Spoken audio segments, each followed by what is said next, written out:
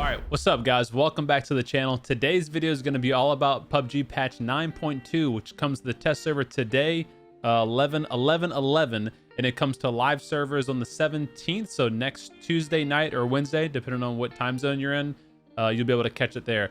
Now, what's come with this patch are actually a number of cool things. This is like one of the most positive updates I've seen from PUBG. I didn't see anything in this patch that I was like, man, I wish they would have done something differently. So that's the good news.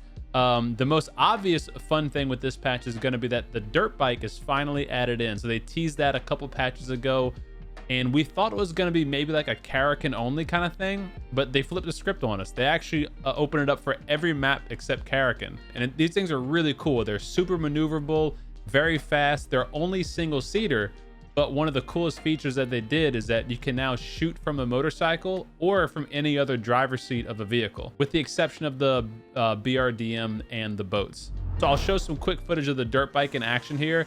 This thing is really fun to drive. It's really easy to like do jumps and do ramps with, and you can even do wheelies and indies and stuff with it. It's really, really cool. They did a great job with this one. Now, like I just mentioned, all vehicles can now be fired from the driver's seat with a sidearm only. So it won't work for any basically two-handed weapons. It's only guns that are counted as sidearms. So everything, even including flare guns, will count.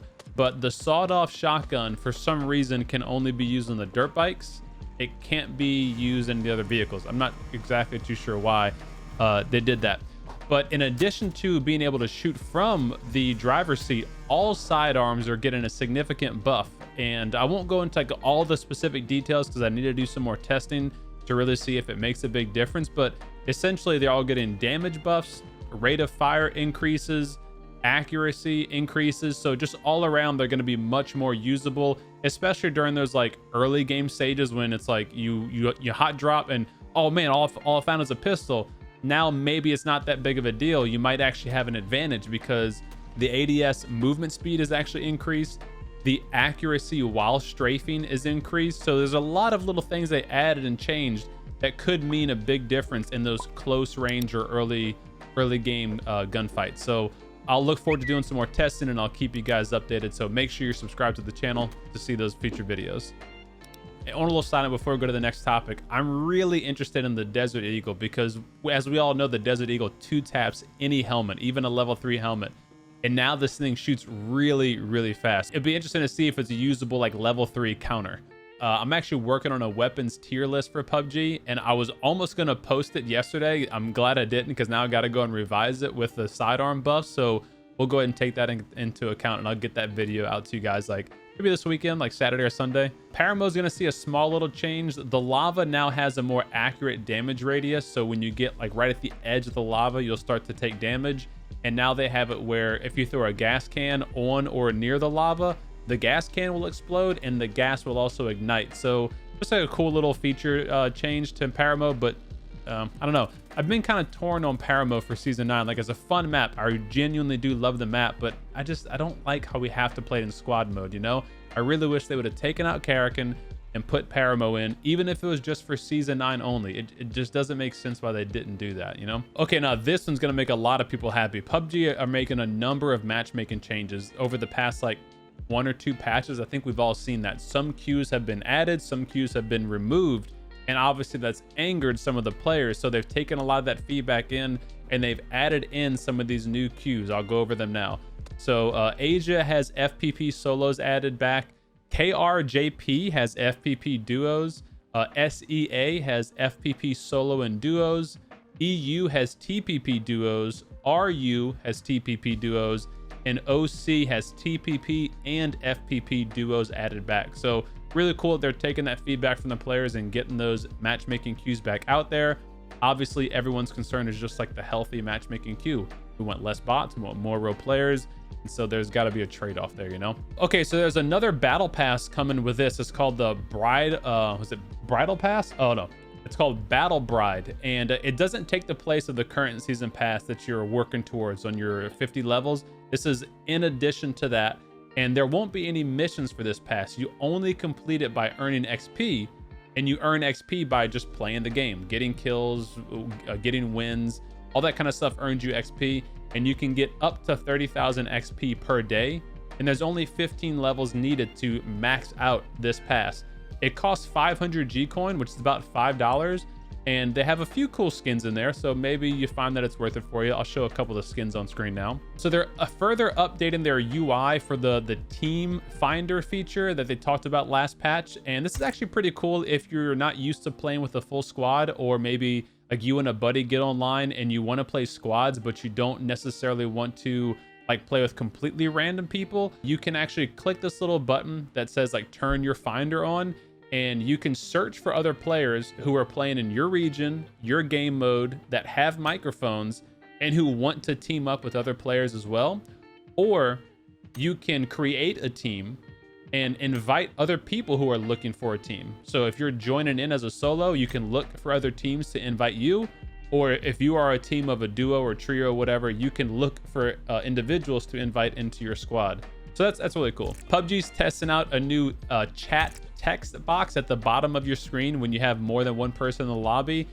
They did have a basic profanity filter over it, so don't get too carried away. And apparently you can still get reported from this chat screen too, so keep that in mind. This isn't Halo 2. PUBG ID is coming back into the game, and now the way it's going to be implemented is when you get killed by an enemy, their little PUBG ID player card will appear on the bottom of the screen.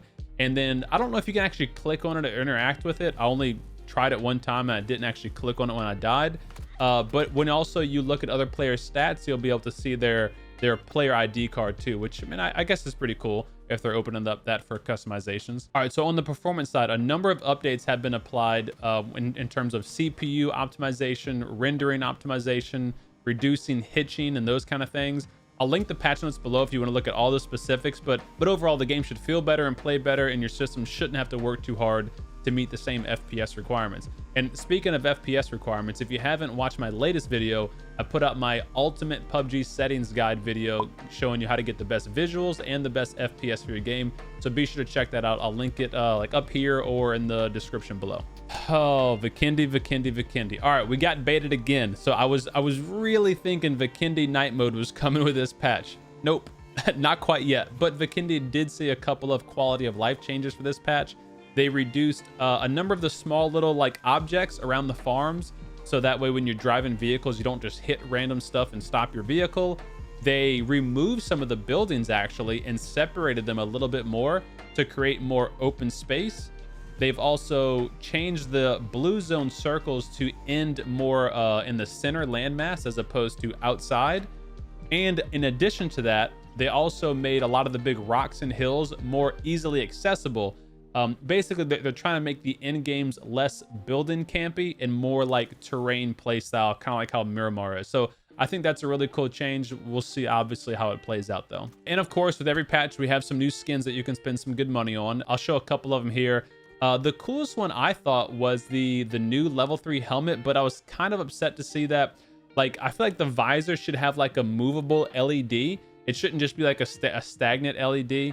Now, to be fair, I haven't seen that helmet in game. Maybe it does move, but just from the pictures here, it doesn't, which I thought would be really cool if it did. And then last but not least, a couple of quality of life bug fixes have been added. I'm not going to go over all of them, but I'll point out just these 3 that I thought were actually really good. So they fixed an issue where ADSing with a weapon obstructed by collision object, aka you were too close to a wall when you pulled out your weapon to ADS. That would result in a severe camera jitter. That's been removed. Missing trees around the ruins are added back. So apparently they missed some trees like from the test server to live or whatever. So they added those back. And they also fixed incorrect collision distance of certain weapons, but they didn't specify which weapons. It would have been kind of nice to know, you know, which weapons were getting caught on the wall, but really they shouldn't have been getting caught. It would have been nice to know which ones. But yeah, guys. All right, so that's the update in a nutshell. I hope you found this video helpful. Give it a like if you did. Make sure to subscribe if you're new here. And I'm working on 2 new videos for you guys upcoming. My weapon tier list, which I should have out this weekend, and then I'm gonna have to do a fun like flyby video of the new motorcycle. It's too fun not to use. So I'm gonna show you guys some of the cool jumps and tricks you can do with the motorcycle. I'll try to get that a little montage together and maybe put it out later this week too, okay? And as you know, I stream on Twitch 5 days a week at twitch.tv/C_Dome. So feel free to come on, stop by. I'd love to have you there. And I'll see you guys in the next video. Take care.